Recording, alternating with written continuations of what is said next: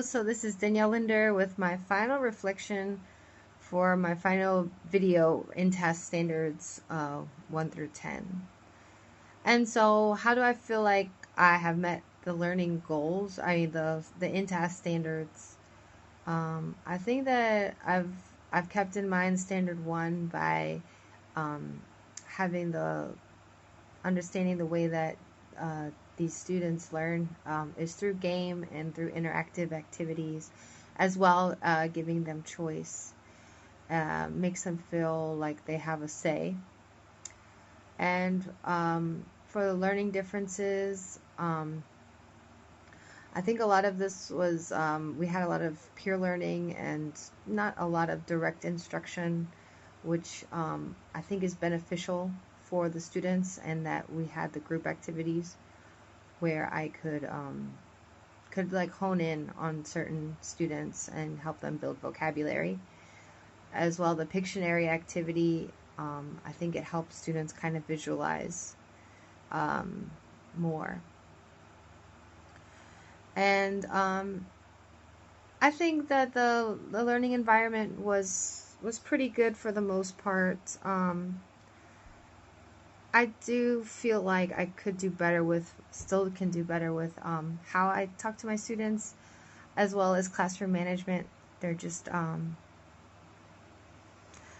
I feel like I could feel like I can feel like I can make students feel more valued in how they contribute to discussion. I can't communicate with them, so it's very difficult for me. And I do think that they feel valued, but I just wish that I could get to know them better. So I need to work on getting to know them better. For content knowledge, I think I have a high content knowledge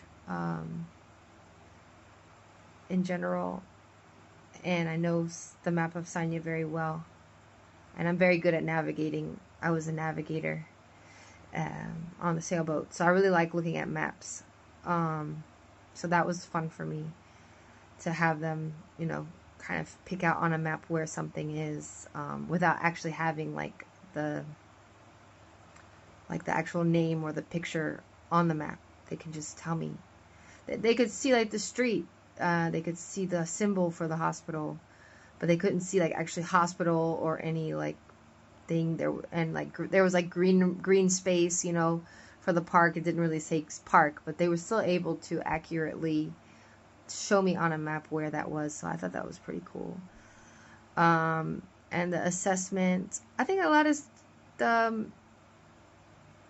okay, and then application of content. I thought it was pretty good. They could finally like put everything together with the map, and I thought they use a lot of good critical thinking skills with like the discussion on like what makes a perfect town, and they got really into it, and it went over, the time went over a lot, which would, I guess, bring me to standard 8.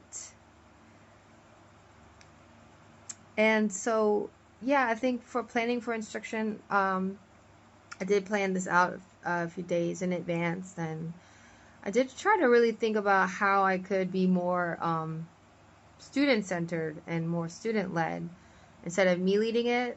And I think it was really successful in that way. I wasn't trying to rush through the class to get to the final objective, or I wasn't trying to rush through the class. The main objective for this class was that they learn how to talk about places in a town, and they can say it on a map. Like they would be able to give somebody instructions like using a landmark, and they got that. We hit the target. And so like I don't need if they didn't get we didn't get to do the role play, and we didn't do the optional listening quiz, but the objectives were still met, and the students learned a lot, and they really liked the lesson. And we had all 5 fingers, and so it was good. I thought it was a really good lesson. I hope that I will continue to grow as a critical thinking and discussion-based and inquiry-based teacher, and can create a positive classroom environment despite my obstacles yeah, and just and all of that. But I know where I think I know where I need to work on, and I just want to keep growing as an educator. And so I did feel really excited about this class because I could actually feel myself taking a different role instead of just like drilling vocabulary. So I thought that was cool. So thank you. That is my reflection.